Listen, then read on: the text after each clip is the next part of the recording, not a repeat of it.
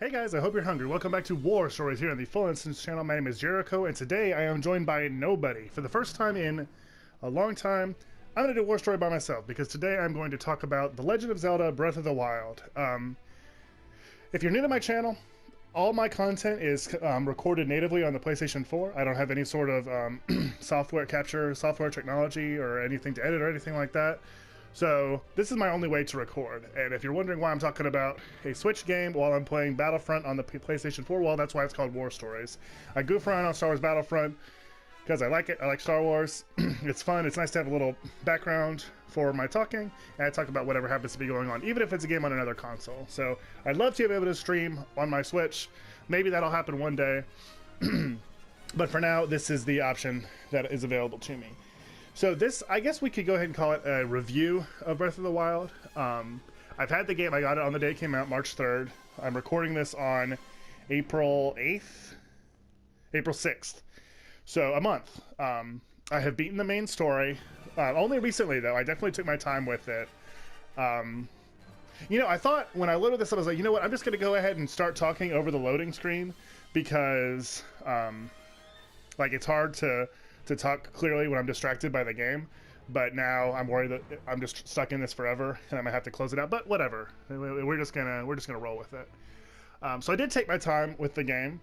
You know, there's already crazy like sub 50-minute. Oh, I guess it's cargo. Well, that's good. Why not have one of my least favorite instead of my favorite? So I there are 120 shrines in the game. I've done 97 of them, I think. I have about 100 Korok seeds, and I have beaten the main story. I finished it a few days ago. So I feel like I've spent enough time with the game to really give my opinion. My opinion is it's one of the finest video games I've ever played, but it's definitely flawed. I'm not one of those people that says nothing should get a 10 out of 10 because no game is perfect. Because, I mean, yeah, of course nothing is perfect, but you need a top end of the scale, you know? Like, 10 out of 10 doesn't mean it's perfect. It means it's as good as you could hope for it to be, and it deserves to stand as, you know, an example of the best that gaming has to offer. That being said, though, I don't know if I would, even under those circumstances, give it a 10 out of 10. To me, it's a 9, maybe a 9.5, because it does have real flaws, if you ask me. One of those flaws is the frame rate. So the recent patch helped a lot, and I'm not the sort of person that really cares about frame rates like at all, but there are areas where it does impair the game's performance. Like I had it like load once, like completely stop dead still, and it was like in the middle of combat too. So it's to the point where it's noticeable, and it is to the point, in my opinion, where it detracts from the gameplay. And to me, something like that, where I know that the gameplay could have been better if that was optimized, I can't call it, you know, if not perfect, then I can't call it an exemplar of gaming, or whatever you would want to call a 10 out of 10 game. I don't feel like it is to that level because of problems like that. It also, the ending is a bit anticlimactic. So in Metroid Zero Mission, one thing it did that was really cool is the final boss, the Ridley robot, gets stronger. I don't think he scales with you, but if you have 100% of the items completed, he's way harder. He does a lot more damage. He takes a lot more hits. I don't think he has any new attacks or anything like that. So it's just, you know, a simple coding thing. But I really like that, appreciate it, and I do wish the game had accounted for that. And in a way, it does. So, I guess we'll be getting sort of into spoilers, but the game's been out for a month, and it's nothing that should come as a big surprise. So there are 4 main dungeons in this game that are way more traditional dungeons in the Zelda mold. There's not keys, but you go through the dungeon, you solve the puzzles, you have a map. There are 4 traditional dungeons. Each dungeon, basically, after you complete each dungeon, a chunk will be taken off of the final boss's health when you encounter it. And if you have all 4, then the first stage of the final boss is at only half health. And that's significant. And when you also have been playing long enough to have, you know, a few dozen, you know, a dozen extra hearts, a few bars of stamina, you have, you know, all sorts of ridiculously good food that fills you up all the way and gives you extra hearts. You're all the way at maximum. The final boss is sort of a pushover. And it's a cool fight. I like him a lot, especially the first form.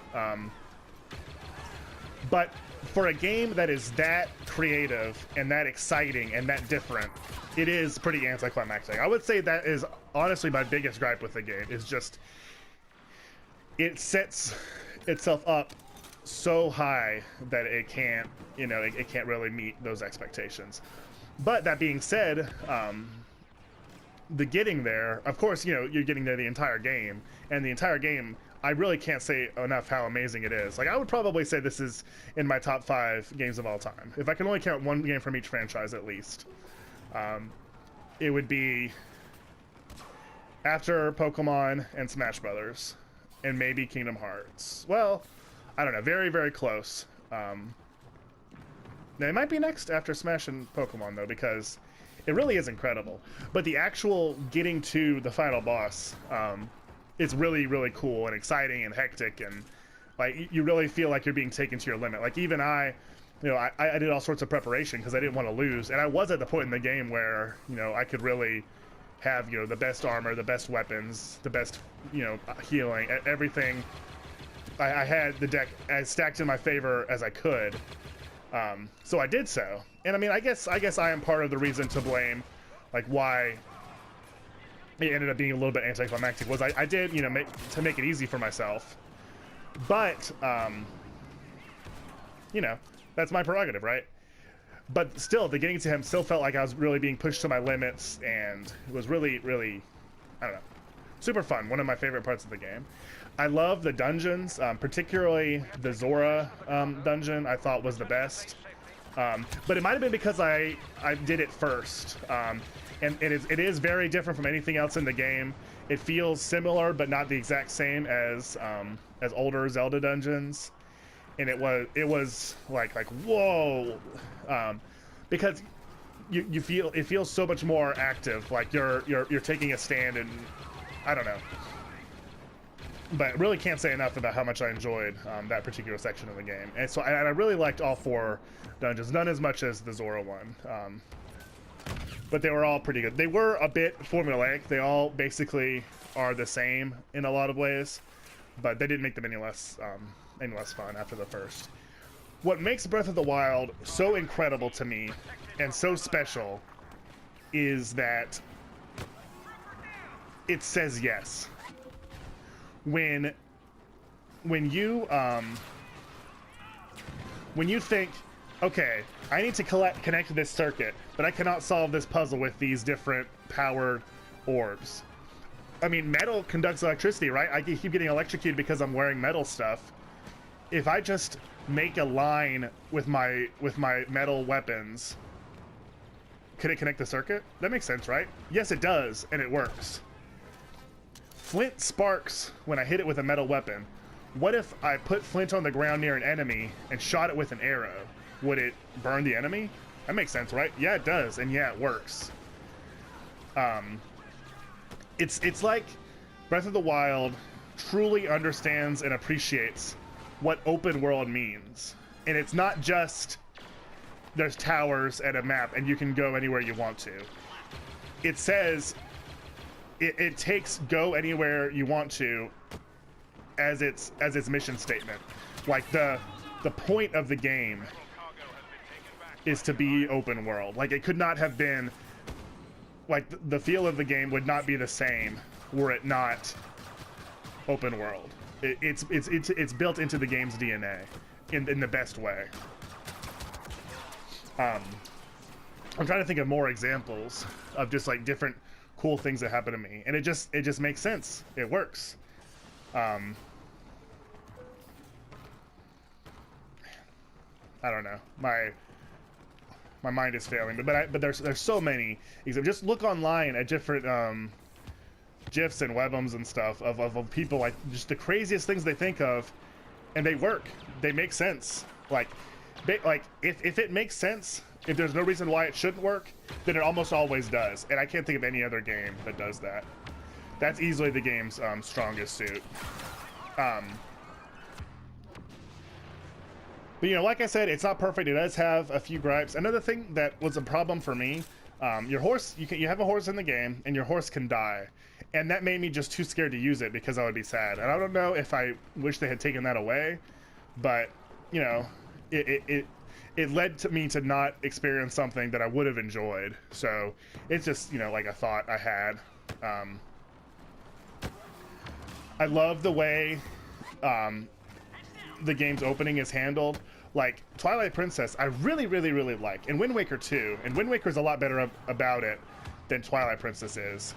But in both games, you especially Twilight Princess, like you have to do like the goat wrangling and mess around with the kids. It's not fun. It's like literal chores that the game makes you do before you get to have your fun.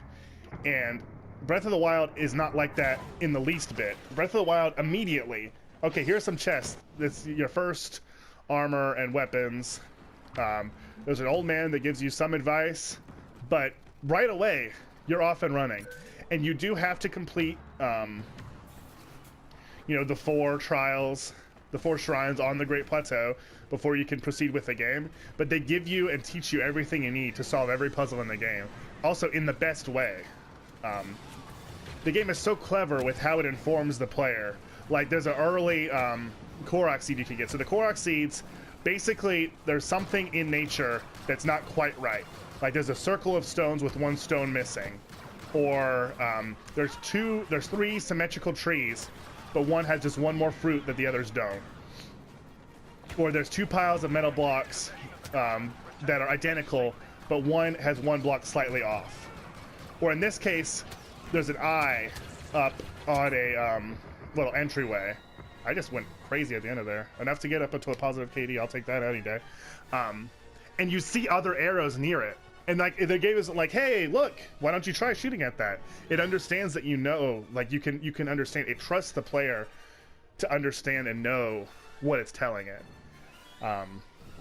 It trusts the player. It says yes to the player. It really is one of the most incredible games I've ever played. I am sort of rambling here, so I think I'll actually go ahead and wrap it up here. This might be a bit of a shorter episode, but we did the 1 match. Breath of the Wild has my highest recommendation. I haven't played it on the Wii U, but I haven't heard anybody saying, you know, it's any lesser of an experience on it. But I bought the Switch for the definitive version of Breath of the Wild, and so I could take it with me. So it was like a $400 game, basically. But I don't have the slightest bit of regret. It's a defining game of this generation. And maybe I'll look back on it as a defining game of my life. But easily one of the finest video games I've ever played. Thank you guys so much for watching. Breath of the Wild, 9.5 out of 10. Make sure you subscribe to the channel so that you don't miss any war stories like this one on Wednesday or Saturday. But there's content coming to you every single day on the Full Instance channel. I hope to see you guys there. I don't know about you, but I'm full.